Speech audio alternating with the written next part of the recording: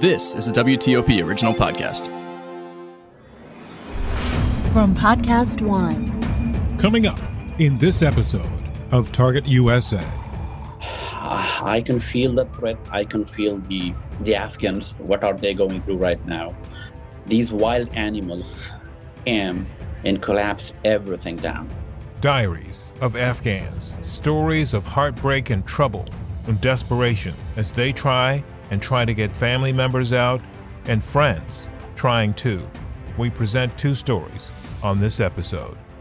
Coming up on this episode of Target USA, The National Security Podcast. From WTOP in Washington, D.C., this is Target USA. Russia. Could render huge harm to this country. North Korea's secret missile. Capable of reaching the whole of the United States. Dangerous terrorist. D.C. is repeatedly mentioned as someplace they would like to seek an attack. Cyber criminals. Decryption successful.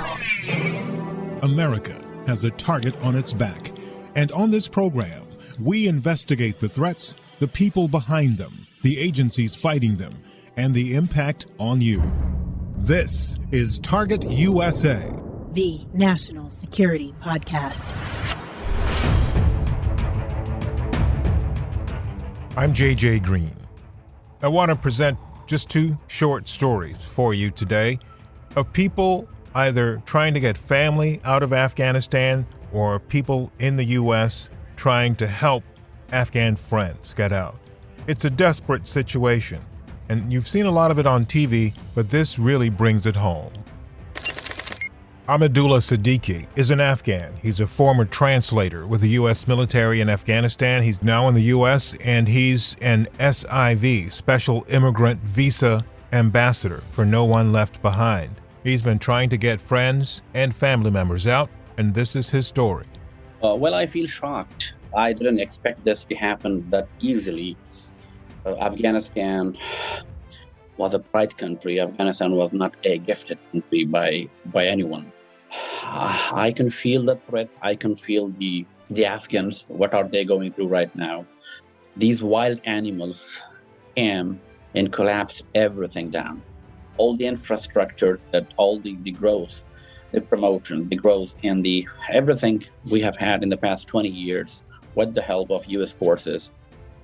Everything collapsed down, and people are shocked. People are worried about it. People are just escaping, leaving the country everywhere, but they can't leave. The only way is that they live, they stay, and they die. I can't explain. I can't put them in words how to explain the situation right now, but this is horrible. How is your family doing? Do you have family that are at risk right now? Well, yes, my immediate family are there, not only mine, but all the other interpreters all those who work with the U.S. forces, they have families there. Mine, because I'm in the media advocating for the SIVs, my family is divided into few parts right now. They're living in different parts of the country because they can't move from one place to another place because of the fear that they have that if they get caught by Taliban, they will directly get killed. As two interpreters were recently killed 2 days back by Taliban, and all the media, everybody, all the international communities know about this, that how the Taliban is. My siblings, my parents are at risk right now. Well, the situation is not what we expected. What can the people there do to protect themselves and to protect their families? What do they need? Has anybody had the opportunity? I know this is a lot going on. Has anybody even gotten to the point where they can figure out what needs to be done to protect your families there? Well, no, it's just only my families who are moving around, and even they cannot, at some point, they cannot get out of homes because they're hiding. As even they can't go out to the airport. You might have watched the media, the people who are heading to the airport right now without having the documents, they try to get out of the country. They are not allowed almost 25 people died in firing, in people who were just moving around in the airport. More than 10,000 people are in the airports, to trying to get out to the safety. But my family, they're home. They can't get anywhere because they don't have the proper documentations to get out of the country. Mm-hmm. Is it true that the Taliban is going door to door looking for certain people, looking for women, looking for people connected to the West, the U.S.? I've heard also reports about people being forced into sexual slavery. I've heard reports of amputations. Is any of that true? That's correct. That's true. They're doing this is their job. They have been doing it for the past 20 years. How can we expect them not to do it? Right. They don't believe in democracy. They don't believe in the infrastructure of a country. They don't believe in humanity. They don't believe in anything, just the power, which is being governed by other people, not by the neighboring countries. That's their mouth, but the order is from somewhere else. Is there any kind of resistance at all? Because it looks as though, obviously, Abdullah, I don't know what his situation is. The military appears to have been disbanded or taken over. What is there a resistance right now? Not really. Abdullah or Karzai, I think they have direct hand in submitting the country to the Taliban. I know he claimed that he was a peace ambassador or he was a chair of the peace cancellation or something, but I don't believe in him. They were the people who have involved in the civil war. They were the people who were involved in all these unfortunate situations in Afghanistan. They were the people who made our president to leave the country.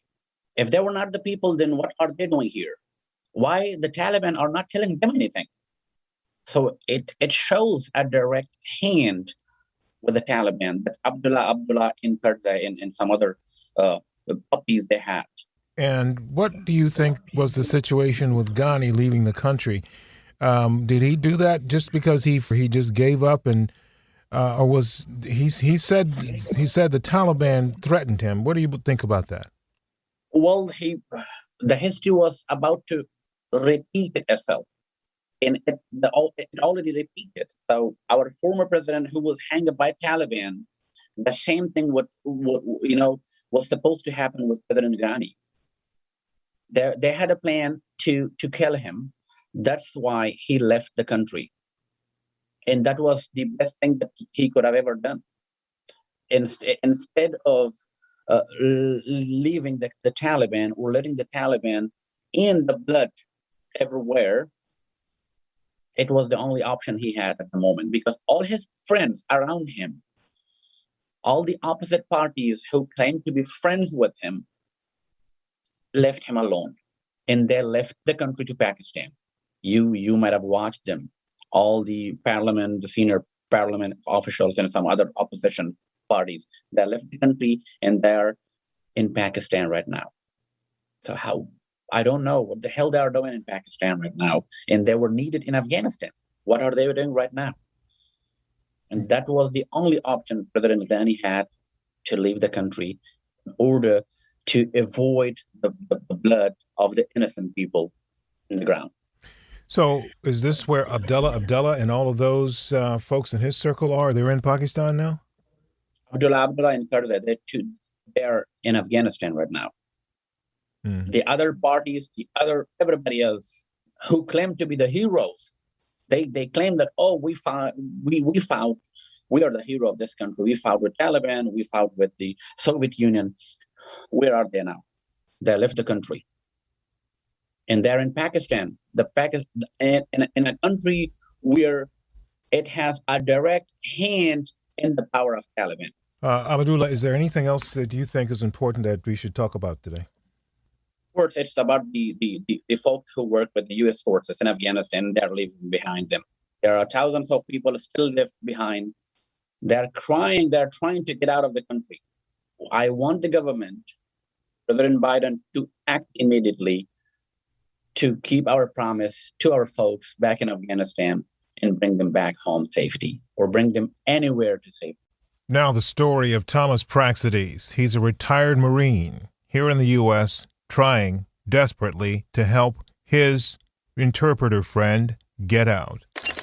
Tell me the story you were telling me earlier about the people you're trying to get out, why, and what they're going through, what they're doing to try to stay safe.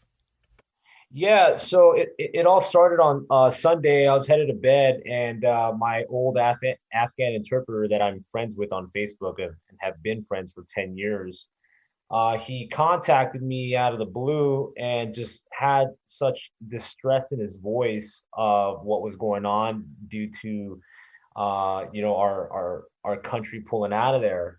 So he called me and told me that Taliban is hunting him down. He's getting death threats. They're searching for him. He's just gone into hiding, and he's got nowhere else. He's got no one to call. No one to call for help. The American embassy is obviously, at this time on the run. He just needs help. So for me, what am I supposed to do at 12 o'clock at night? And so I kick into gear and I start mobilizing whatever assets I have, which is really, I get on Facebook and I ask my friends, hey, who's on the ground there? And I just get a couple contacts. Yeah. So then at that point, to me, it seems easy. All I got to do is get my interpreter. Let's just go with this code name, Lucky. I got to get Lucky to my friends on the ground at Kabul airport. However, it becomes a straight nightmare of an obstacle for the past 6 days, where I am watching all of this go down via FaceTime, mind you. Tell me what you're seeing. What's that? Tell me what you're seeing. Yeah, so I'm watching him go through Taliban checkpoints, and I'm seeing the Taliban in my face. I'm watching him go through the mobs, the crowd, the desperate crowd, and people getting, just trampled on. And mind you, at this point, there's 4 interpreters that I'm leading now, not just him, and they have women and children. And I'm seeing tear gas being launched into the crowd, women and children being affected by the tear gas. And mind you, these are large crowds that are very, very compacted. So when tear gas hits them, they got nowhere to run. Then to make matters worse, there's no water to rinse it off. Yeah. So what are they doing then? Did they make it to the airport at all? No, they did not make it to the airport, despite the requests that I've given to multiple agencies out there, despite pleas to my congresswoman, my senator. Nothing, no help. All it is fill this form out, fill that form out, and these guys can't do that. I have to do it on their behalf. Yeah. So let me ask you this question: where are they now, and what stage are you in your operation? Right. So they're currently in a safe house. We're awaiting the conditions in the at the Kabul airport. We're waiting for the gates to just improve. Right now it's mayhem there. So when the gates improve, then we could potentially look at moving them inside the airport. That's where it's safe, because that's where the Marines are at, and they'll protect them. But everybody outside it's a nightmare. So what are the Taliban, and is it just the Taliban that are causing these problems, that are shooting and beating people? It's a little bit of both. So you got the Taliban that's on the outer perimeter, that's has numerous checkpoints, harassing, intimidating, going around doing door knocks on people's doors and trying to just, kidnap them and potentially execute them. So the Taliban causes that problem. And then when they get further into the gate area or towards the gate, you run into the huge mobs that are just desperate and scared from the Taliban that's in back of them. But inside the mob, you have Afghan soldiers that are trying to hold the line, but they just have no experience with crowd control. So the best thing they do is fire their weapons in the air, hit the local nationals, just beat them with batons, and just becomes a nightmare from there. Yeah. And the Marines all the Marines can do is just watch. They can't do nothing. Right. So last thing, what is it that what is it that you want the people that hear this to do? Yeah, I need y'all to engage on social media. We need to spread awareness on this.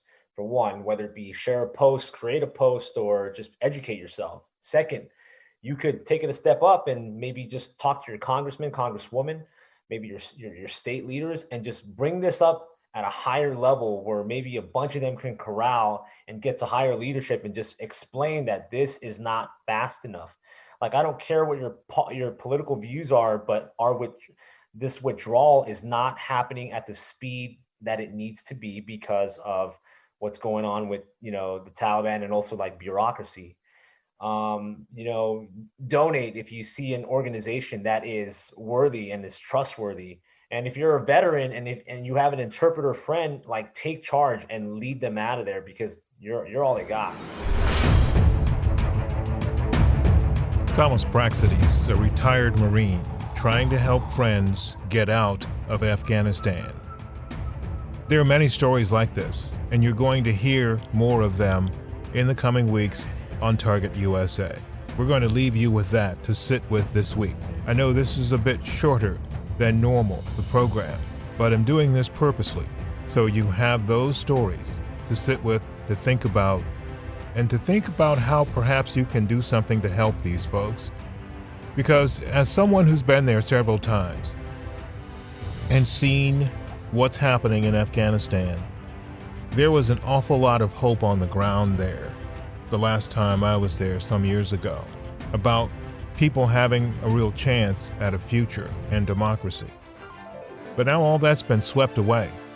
And the question that many of us are wrestling with is not how could this happen, but is there any real chance that any of those folks will ever live in a free country? And what about the people who are running for their lives and hiding? How will they survive? That's it for this program. If you have any questions or comments, send me an email. You can reach me at jgreen@wtop.com. That's the letter J, the color green, one word, at whiskeytangooscarpapa.com. That's jgreen@wtop.com. Also, we ask that you subscribe to our podcast and follow us on Twitter. We're at TUSA Podcast. That's at Tango Uniform Sierra Alpha Podcast. And if you want more national security information, you can sign up for my newsletter. You can find it at WTOP.com/alerts. I'm JJ Green, and this is Target USA, the National Security Podcast. Hey guys, Jay Cutler. Started a new podcast called Uncut with Jay Cutler. Most of you know me from the NFL, some of you have seen me on Instagram, and some of you know me from the reality TV world. Each week I'm taking you along with me as we discuss football, trending topics, and whatever's going on in my life each week. I'm bringing along people that are special in my life, former teammates, friends, and some new people that I like and respect. That's what you're supposed to do, right? Podcasting? I think I'm doing this right. Can't wait to get started with you. Go subscribe now. Uncut with Jay Cutler, Apple Podcasts, Podcast One, and Spotify, or wherever you get your podcasts. Now, stay tuned for the latest headlines from the Associated Press.